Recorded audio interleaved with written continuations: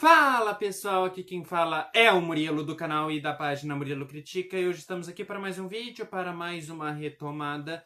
Dessa vez a retomada é de Beetlejuice 2 ou Os Fantasmas Ainda Se Divertem, como queiram chamar.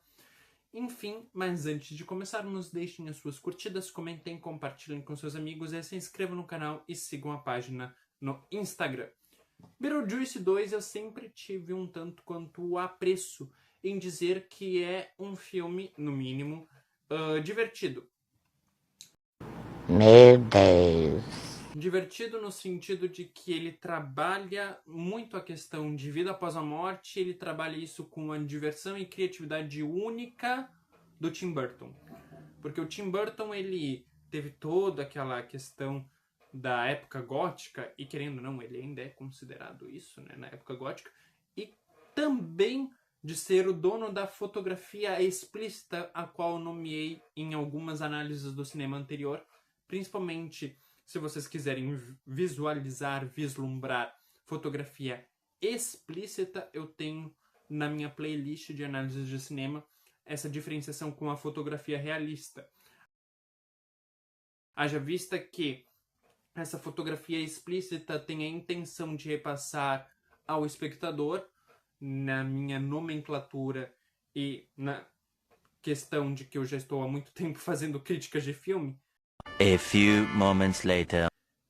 A fotografia explícita tem a intenção de repassar a falsidade do cenário, ela tem a intenção de passar a falsidade daquele CGI, daquela maquiagem, de todo aquele âmbito, justamente pelo enquadramento e pela propositura do que é o filme. Beetlejuice 2 tem uma fotografia explícita, haja vista que trabalha também com a questão nostálgica lá do filme dos anos 80.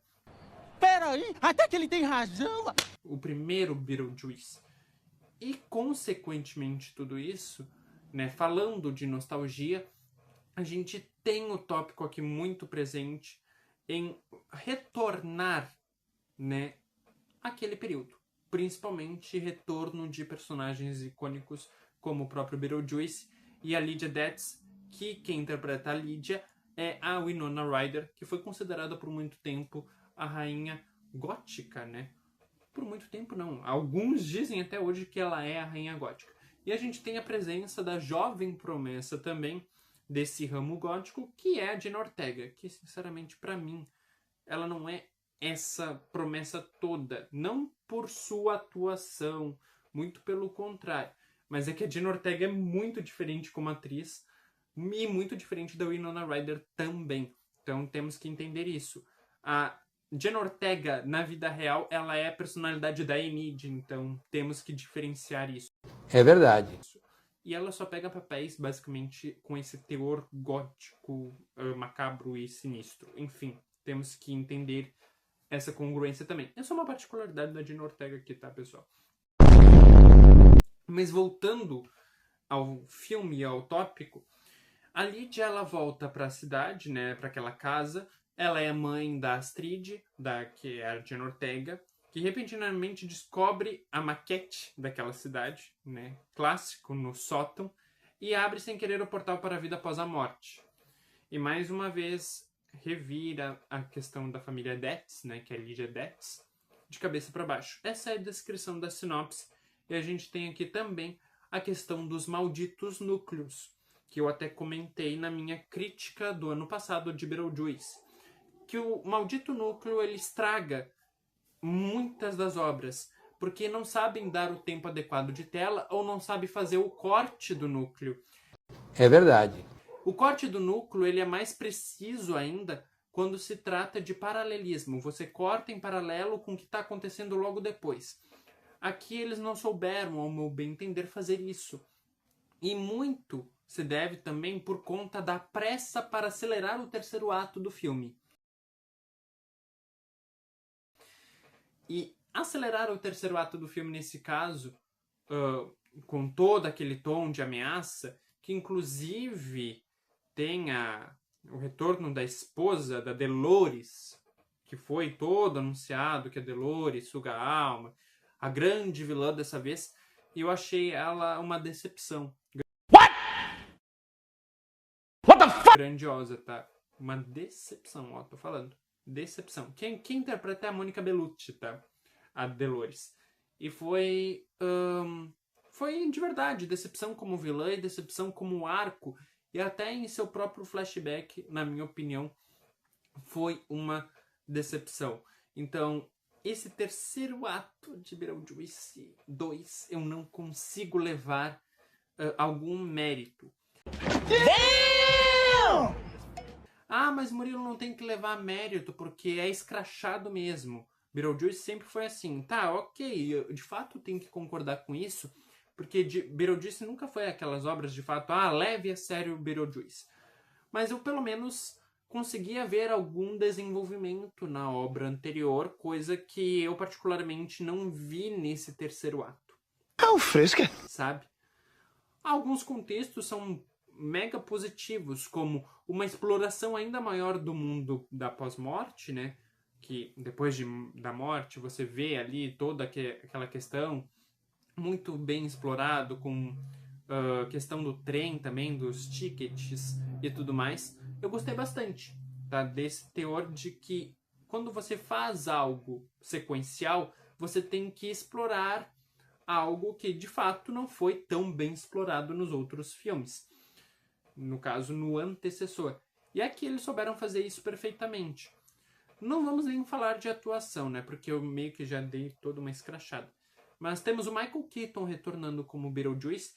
E é sempre, sempre, sempre bom ver o Michael Keaton nesse papel. Porque ele desempenha não só um papel de eu estou em um filme de terror. Você não está em um filme de terror, você está em um filme de terror comédia. Meu Deus. Né? Um tragicomédia, um terror média, que ele tem um senso de humor no papel de Beetlejuice único. E querendo ou não, nessa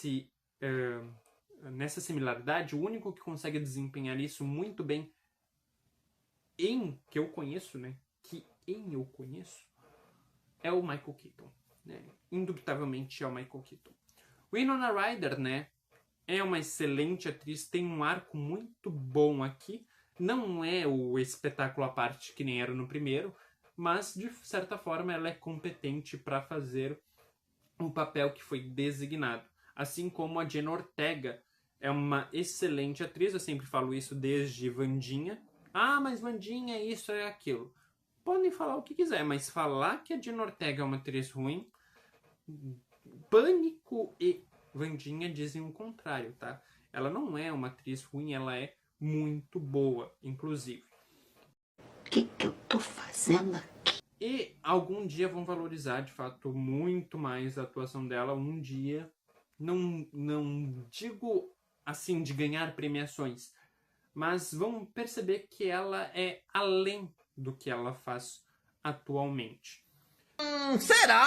Temos também a Monica Bellucci, só que a Monica Bellucci é complicado porque a personagem dela não favorece a atuação dela, e creio que isso seja, de fato, o erro crasso desse filme, além de que temos núcleos que não sabem fazer transição entre núcleos, seria a palavra mais adequada, o termo mais adequado. Mas eu continuo com a minha nota que eu disponibilizei na minha crítica do ano passado, que era 8.6, e eu acho que Beetlejuice 2 é um 8.6. Não um filme nota 9, nota 10, espetacular, o retorno de Tim Burton. Não, mas querendo ou não, também, muitos não repetidos, não pode isso, é erro de português. Enfim, particularidades à parte, mas Tim Burton salva esse filme também. Se não tivesse a mão do Tim Burton, estaríamos na M com esse filme e todo mundo, particularmente, que é fã da obra, estaria falando mal. Porém, Tim Burton salva essa obra com sua direção única, com sua fotografia única, remetendo à nostalgia, mas também remetendo a uma história boa e positiva que agrega o universo como um todo. Enfim, eu vou encerrando esse vídeo por aqui. Deixem as suas curtidas, comentem, compartilhem com seus amigos e se inscrevam no canal e sigam a página no Instagram. Vejo vocês, até a próxima!